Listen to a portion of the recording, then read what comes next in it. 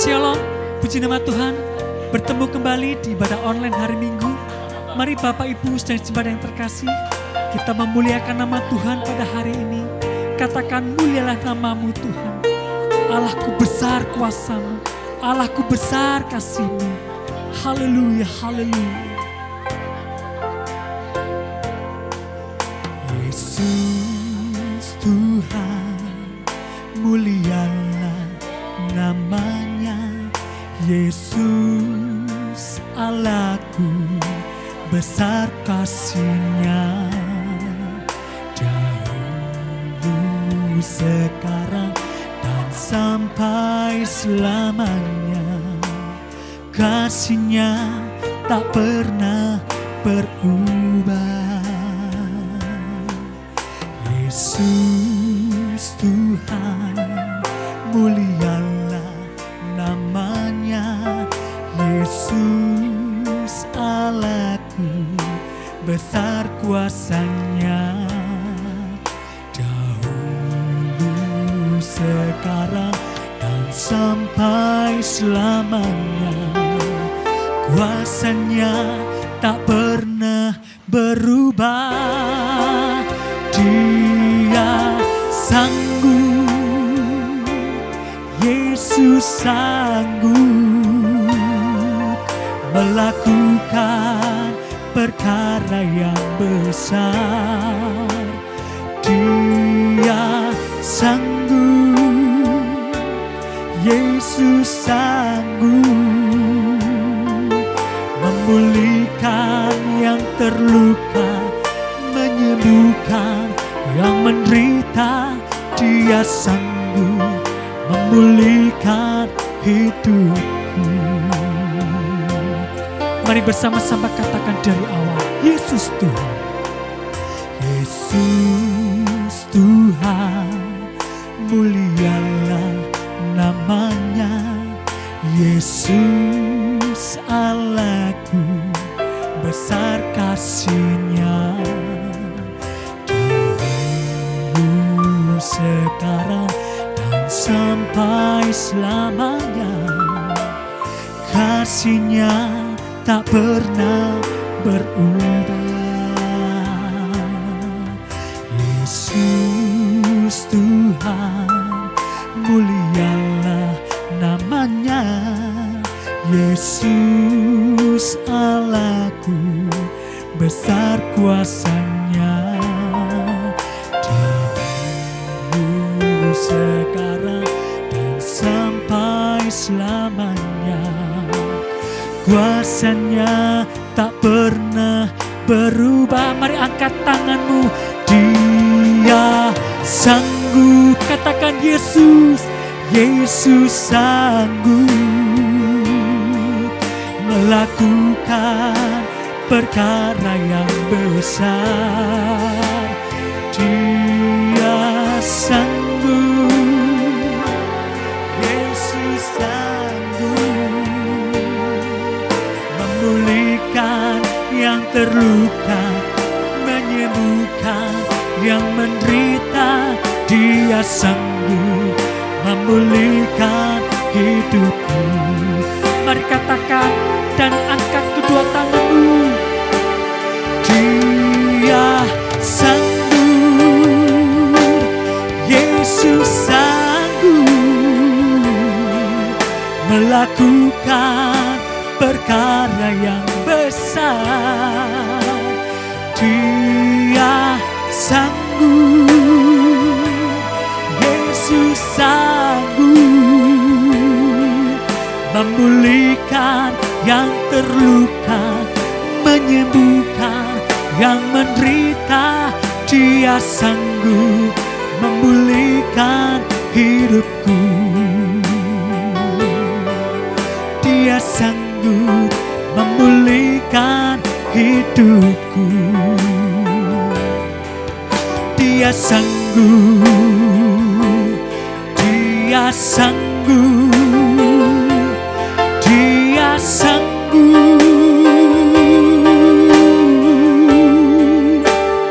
Yesus sanggup.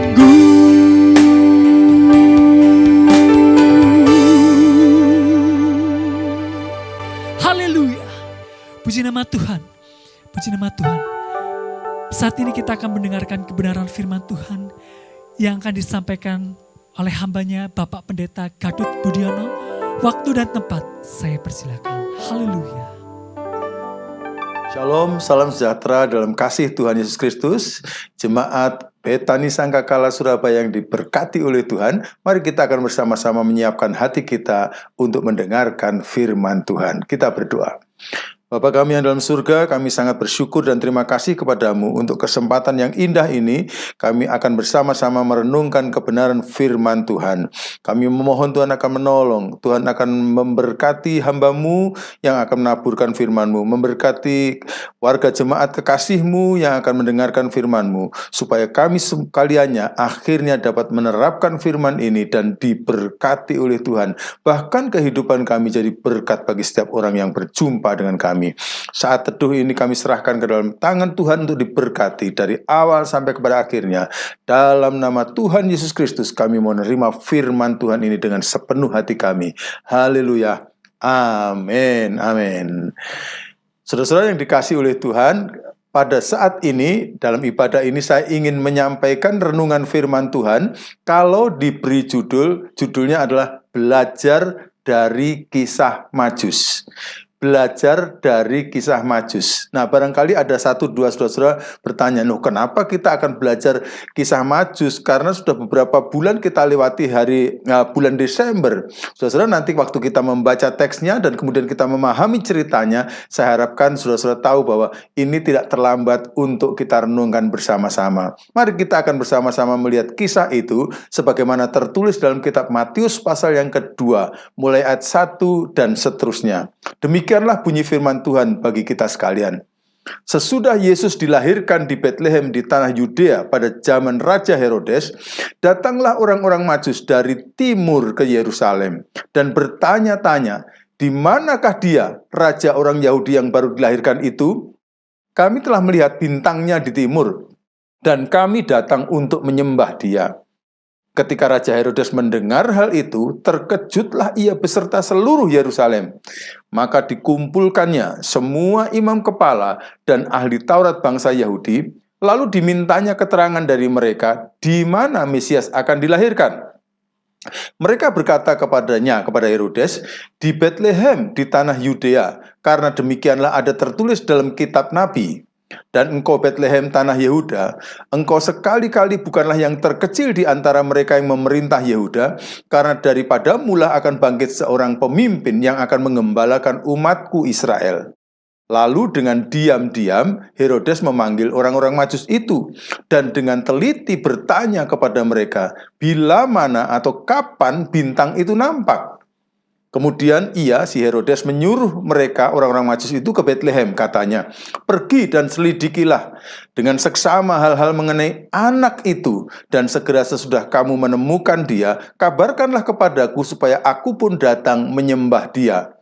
Setelah mendengar kata-kata raja itu, berangkatlah mereka, dan lihatlah, bintang yang mereka lihat di timur itu mendahului mereka hingga tiba dan berhenti di atas tempat di mana anak itu berada. Ketika mereka melihat bintang itu, sangat bersukacitalah mereka. Maka masuklah mereka ke dalam rumah itu. Saya ulang, ke dalam rumah itu. Dan melihat anak itu bersama Maria ibunya, lalu sujud menyembah dia. Mereka pun membuka tempat harta bendanya dan mempersembahkan persembahan kepadanya, yaitu emas, kemenyan, dan mur. Dan karena diperingatkan dalam mimpi supaya jangan kembali kepada Herodes, maka pulanglah mereka ke negerinya melalui jalan lain. Saudara-saudara yang dikasihi oleh Tuhan, kisah cerita ini saya kira kita semua sudah tahu, sangat terkenal dan biasanya direnungkan di seputar Natal. Tapi saudara-saudara, kalau kita melihat teks ini tadi dibaca pertama kali, cerita ini sebenarnya terjadi setelah peristiwa Natal. Dan dari kisah cerita tentang orang Majus ini, saya kira kita bisa mendapatkan banyak pelajaran daripadanya. Sekurangnya saya ingin pada hari ini kita melihat ada 4 kebenaran di dalam firman Tuhan ini. Satu kebenaran adalah mengenai pengenalan kita tentang Allah kita dari kisah ini. Dan 3 kebenaran adalah mengenai orang Majusnya sendiri. Apa yang pertama yang kita bisa pelajari dari Allah kita, dari kisah cerita ini? Saya menyimpulkan bahwa kisah cerita ini sedang memperkenalkan bahwa Allah kita yang kita sembah dalam nama Tuhan Yesus Kristus itu adalah Allah yang tidak eksklusif. Artinya tidak tertutup, tidak mengecualikan orang ya, tapi mau merangkul siapa saja. Allah kita bukan Allah yang sangat eksklusif, artinya pilih-pilih orang, hanya orang-orang tertentu saja yang mau dijadikan dekat dengan dia dan sebagainya. Mengapa saya katakan begitu? Saudara-saudara, sebenarnya orang-orang Majus ini dikatakan firman Tuhan tadi dari timur. Nah, mereka ini dari mana sebenarnya? Kalau kita pelajari baik-baik, ternyata mereka ini orang yang jauh sekali loh letaknya daripada tanah Palestina atau tanah di mana Tuhan Yesus dilahirkan, di Bethlehem atau di daerah Yehuda itu ya, saudara, di Yudea itu ya.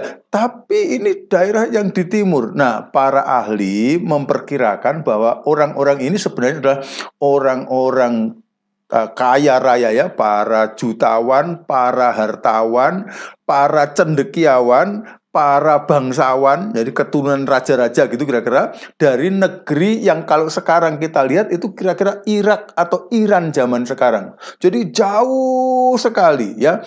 Dengan kata lain, ini sebenarnya bukan umat Allah, bukan orang-orang Israel, tetapi mereka diundang oleh Allah, boleh dibilang untuk ikut Natalan yang pertama itu, untuk ikut menyaksikan Yesus ketika masih kanak-kanak ya. Mereka diundang untuk hadir dan menyembah kepada anak Yesus itu, si Yesus itu ya. Nah, wow, ini kan merupakan luar biasa sebab jaraknya jauh sekali tapi dirangkul oleh Allah. Nah, kadang-kadang orang pikir, termasuk orang-orang Yahudi pada waktu itu, bahwa Allah itu hanya mau menjadikan umatnya saja orang terdekat padanya. Tapi ternyata dalam Natal yang pertama boleh dibilang Allah sampai mengundang orang yang jauh ini. Dan untuk mengundangnya itu harga undangannya begitu mahal, saudara. Seberapa mahal? Saudara, dikatakan tadi mereka akhirnya datang ke situ itu gara-gara ada bintang yang mereka saksikan, dan bintang katanya bintang besar. Maka kemudian kalau kita pelajari ternyata ini menurut para ahli adalah gugusan bintang. Jadi banyak bintang dijadikan satu sehingga sinarnya sangat terang besar, sehingga mereka akhirnya melihat terang itu tertarik, lalu kemudian mereka mulai melihat. Nah, rupanya orang-orang ini nenek moyangnya dulu adalah orang-orang ahli perbintangan, sehingga mereka nenek moyang itu nulis-nulis seperti primbon begitu. Nanti kalau ada bintang besar begini berarti raja, segala raja datang. Dan ketika mereka melihat primbon nenek moyang mereka itu yang kira-kira 5 abad atau 500 tahun, 600 tahun sebelumnya, mereka ternyata menemukan ini adalah tanda raja, segala raja datang. Makanya akhirnya mereka mulai berjalan dari negerinya menuju ke tanah Palestina ini untuk menemui raja, segala raja ini. Nah, ini terjadi karena Allah kita itu Allah yang mau merangkul siapa saja. Demikianlah Allah sangat mengasihi semua umat manusia, sampai orang-orang yang bukan umat Allah pun.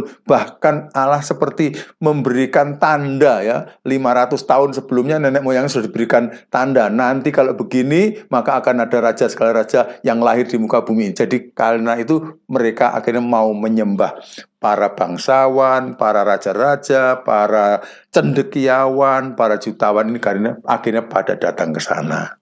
Nah, inilah ciri Allah kita.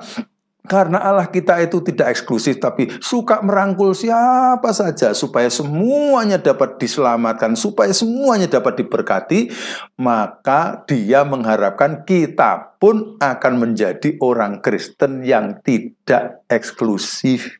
Jadi orang Kristen itu adalah orang Kristen yang mau bergaul dengan siapa saja. Nah, saudara-saudara, mungkin saudara pernah mendengarkan ya, saya ini berasal dari keluarga besar 9 bersaudara ya. Saya anak nomor 8 dan kami semuanya dulu bukan anak Tuhan. Kami tidak percaya kepada Yesus Kristus.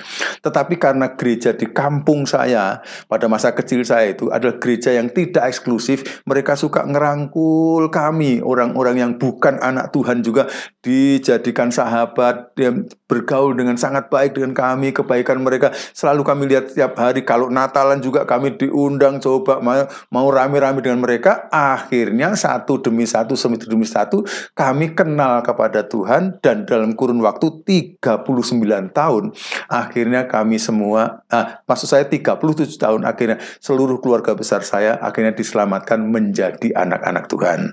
Saya sangat ingin supaya kita semua anak-anak Tuhan pasti sama dengan Tuhannya. Anak itu mesti sama dengan bapaknya. Kalau bapak kita memang suka ngerangkul, tidak eksklusif, mari kita juga menjadi orang yang suka merangkul orang lain. Karena jemaat di kampung saya adalah orang-orang yang seperti Allah ini, yang suka merangkul, akhirnya keluarga kami diselamatkan oleh Tuhan. Walaupun dalam kurun waktu yang lama, satu demi satu diselamatkan, akhirnya semuanya diselamatkan. Nah, ini adalah pesan dari firman Tuhan ini tentang Allah kita. Lalu mari kita sekarang lihat orang Majus. Apa yang kita bisa pelajari dari orang Majus ini? Yang menarik, orang-orang Majus ini sebenarnya kan bukan umat Tuhan. Pada waktu itu belum jadi orang yang percaya pada Tuhan, baru mendapatkan seperti nubuat nenek moyang mereka. Tapi dari peristiwa ini kelihatan sekali bahwa orang Majus yang pertama, mereka adalah orang-orang yang sangat benar-benar niatnya dan sangat serius. Betapa tidak mereka itu sangat serius. Saudara, mereka ini rumahnya atau kedudukannya kita kira-kira di negara Irak sana. Ya, jauh sekali. Walaupun dalam perjalanan yang jauh, ketika dipimpin oleh bintang itu, mereka tetap jalan. Loh, perjalanan mereka itu loh begitu panjang. Tadi Herodes ketika sudah mendapatkan informasi dari para ahli kitab di mana dilahirkan, lalu orang-orang Majus mendengar, Herodes mendengar, lalu kemudian orang-orang ahli kitab itu disuruh pulang, maka orang-orang Majus itu diajak berbicara sendiri dengan Herodes.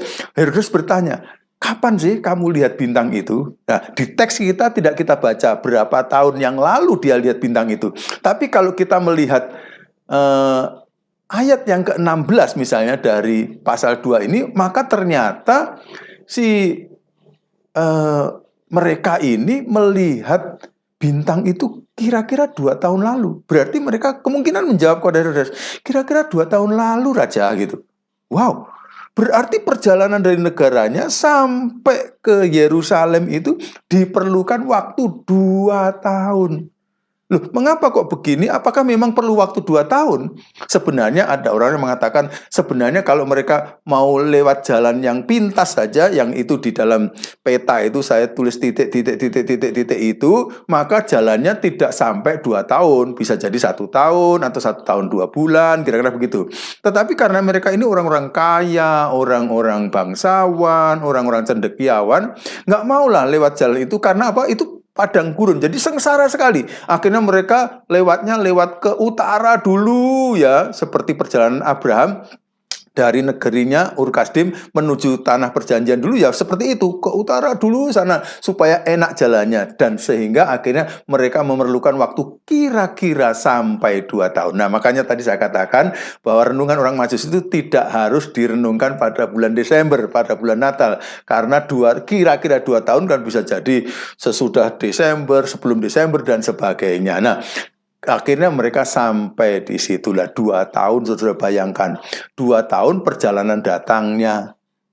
Kalau mereka ini adalah orang-orang yang bekerja, berarti selama 2 tahun libur penuh, tidak mendapatkan penghasilan, tapi pengeluaran terus besar sekali, kan mereka harus sering menginap di tempat-tempat penginapan, makannya di tempat asing kan pasti mahal dan sebagainya. Jadi pengeluarannya sangat banyak dan melelahkan perjalanan 2 tahun. Boleh dibilang ini seperti mission trip sampai 2 tahun. Siapa yang ada mission trip sampai 2 tahun dan tahan? Orang-orang ini luar biasa niatnya. Baru datangnya saja 2 tahun. Kalau dihitung pulangnya nanti sampai 4 tahun mereka mengadakan perjalanan ini. Jadi kalau mereka tidak niat dan serius, tidak mungkin misi ini akan mereka lakukan.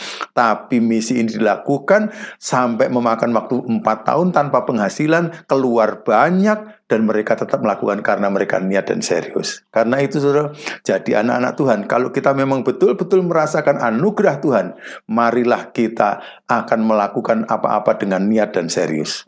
Pada waktu saya masih sangat kecil dulu, masih muda, kami belum jadi anak Tuhan, ibu saya pernah bercerita, oh dulu yang ikut kebaktian di tempat kampung kita ini ada orang-orang yang sampai jalannya itu kira-kira perlu 23 jam untuk datang menyeberangi 2 sungai, nanti pulang lagi menyeberangi 2 sungai lagi untuk perjalanan ikut ibadah 2 jam itu saja, perjalanan mereka kira-kira 20 jam.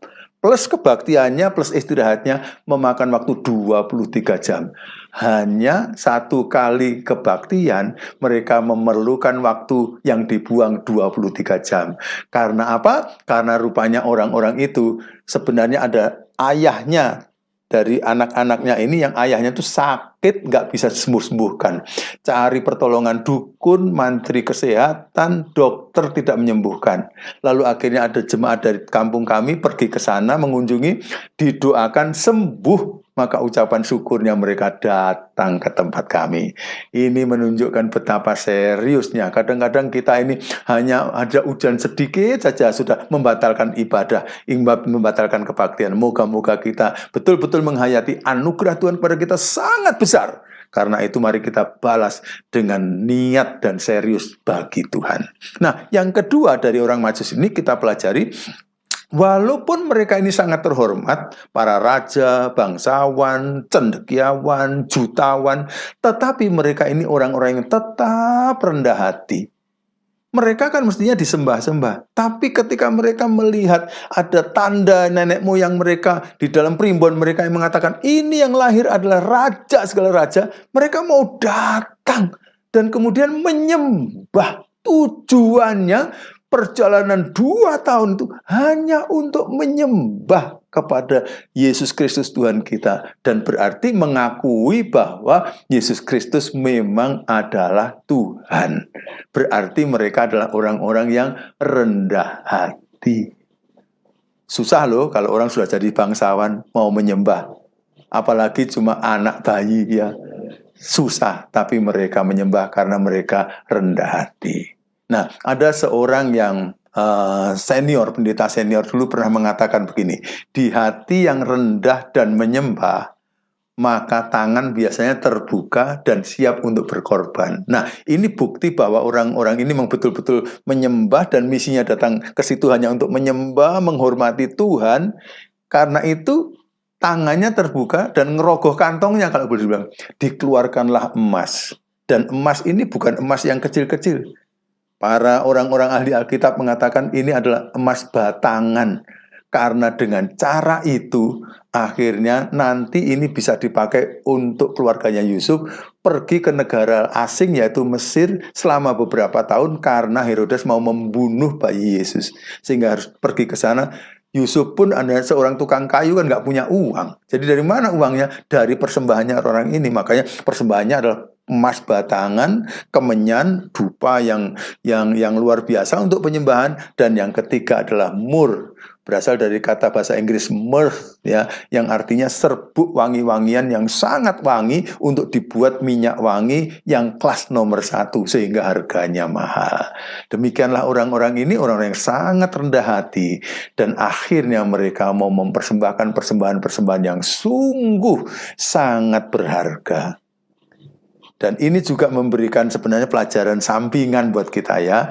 Kalau kita mau menjadi orang seperti Yusuf atau Maria yang mau berada di dalam misi atau rencana Tuhan, maka kebutuhan-kebutuhan hidup kita akan dipenuhi. Bayangkan Yusuf dan Maria ini untuk berada di Mesir selama beberapa tahun ya, kalau boleh dibilang dikirimlah orang dari Irak sana ya, jauhnya minta ampun untuk mencukupi kebutuhan mereka selama di negeri. Mesir pada waktu itu tergolong negeri yang lebih maju daripada di tanah perjanjian. Berarti biaya-biaya lebih tinggi, tapi Tuhan dapat cukupi kalau kita hidup bersama-sama di dalam kehendak dan rencana Tuhan. Jadi yang pertama, kita bisa belajar dari orang Majus ini bahwa orang Majus ini walaupun bahkan waktu itu belum percaya pada Tuhan, tapi sudah menunjukkan orang yang benar-benar serius dan benar-benar niat dengan Tuhan, ya.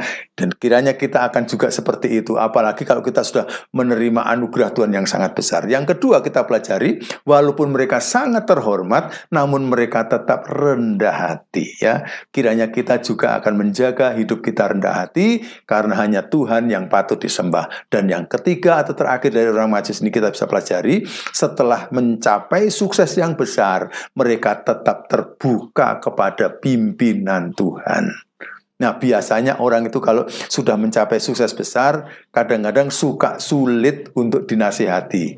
Apalagi kalau dia melalui jalan tertentu, metode tertentu, ya, strategi tertentu mendapatkan keberhasilan itu, maka pada waktu orang lain mengatakan, "Ya, sekarang kamu lewat jalur lain," maka sulit untuk diomongi begitu. Tapi orang Majus ini, setelah mereka berhasil menemui anak bayi, ya, yang katakan sudah 2 tahunan tadi umurnya, menyembah kepada mereka, misi mereka sudah berhasil. Melalui jalur mana? Melalui jalur istana Herodes. Dan Herodes sudah katakan, nanti kalau kamu sudah menyembah berhasil, datanglah kemari lagi, lalu laporkan apa yang kamu lihat, nanti saya juga datang ke sana untuk menyembah dia. Padahal Herodes punya niat busuk untuk membunuh bayi Yesus. Maka malaikat datang pada mereka dan katakan pada orang-orang Majus ini, jangan pulang lagi lewat istana. Walaupun Herodes ngomong begitu, kamu lewat jalan lain. Kalau istana itu pasti jalannya jalan besar. Kalau jalan lain berarti jalan kecil, jalan tikus. Perjalanan orang ini untuk pulang katanya panjang dan lebih sengsara.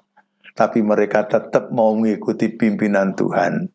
Sehingga akhirnya mereka selamat dan sampai pulang ke tempat asalnya kembali. Nah, kadang-kadang kalau kita sudah berhasil, kita itu sulit untuk diberitahu oleh orang. Diberitahu oleh Tuhan juga kadang-kadang sulit, ya. Wah, Tuhan kemarin lewat jalan situ saya berhasil kok. Kok kenapa Tuhan sekarang melarang saya lewat jalan situ lagi? Nah, seolah-olah jalan itu adalah jalan satu-satunya. Marilah saudara-saudara, kapan saja, di mana saja, dalam situasi seperti apa saja, kita selalu terbuka kepada Tuhan dan mengatakan, Tuhan, what's next, ya? Tuhan, kemana saya harus pergi? Tolong tuntun saya terus, supaya hidup saya akhirnya dapat benar-benar mengalami segala sesuatu yang merupakan anugerah Tuhan dan mempermuliakan nama Tuhan. Saya berdoa kiranya saudara-saudara sekalian akan diberkati oleh firman Tuhan ini. Ingatlah bahwa Allah kita itu adalah Allah yang suka merangkul siapa saja. Kita harus jadi anak-anaknya yang suka merangkul siapa saja. Kita juga menjadi anak-anak Tuhan yang karena anugerahnya sangat besar, mari kita benar-benar niat dan serius dengan Tuhan. Dan marilah kita menjaga hidup kita supaya kita menjadi orang yang rendah hati. Karena di hati yang rendah dan menyembah, maka akhirnya kita akan suka berkorban, baik untuk Tuhan atau sesama yang memberkati orang lain. Dan kalau sudah sukses besar, mari kita tidak keras kepala, tapi terbuka kepada pimpinan Tuhan, karena Tuhan selalu akan membawa kita lebih naik lagi, lebih naik lagi, lebih naik lagi, untuk membawa kemuliaan bagi Dia, berkat bagi orang lain, dan kita sendiri akan menikmati berkat Tuhan itu. Saudara-saudara, Tuhan memberkati saudara-saudara kalian, maju terus dalam Tuhan, dan selamat hidup dan melayani Tuhan serta sesama. Tuhan memberkati. Mari kita akan berdoa bersama-sama. Ku mau seperti-Mu, Yesus, disempurnakan selalu dalam segenap jalanku, memuliakan nama-Mu. Bapa kami yang di surga, kami mengucap syukur dan terima kasih kepadamu.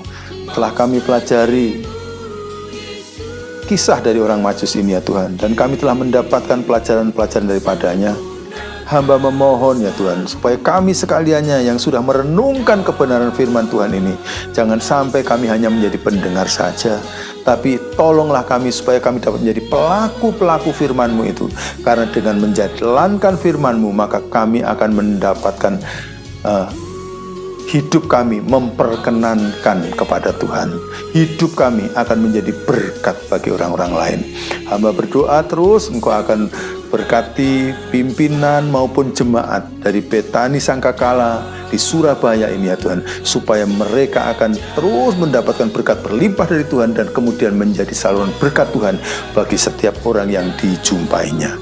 Kami akan menutup renungan firman Tuhan ini dan memberi kemuliaan kepada Tuhan yang sebesar-besarnya.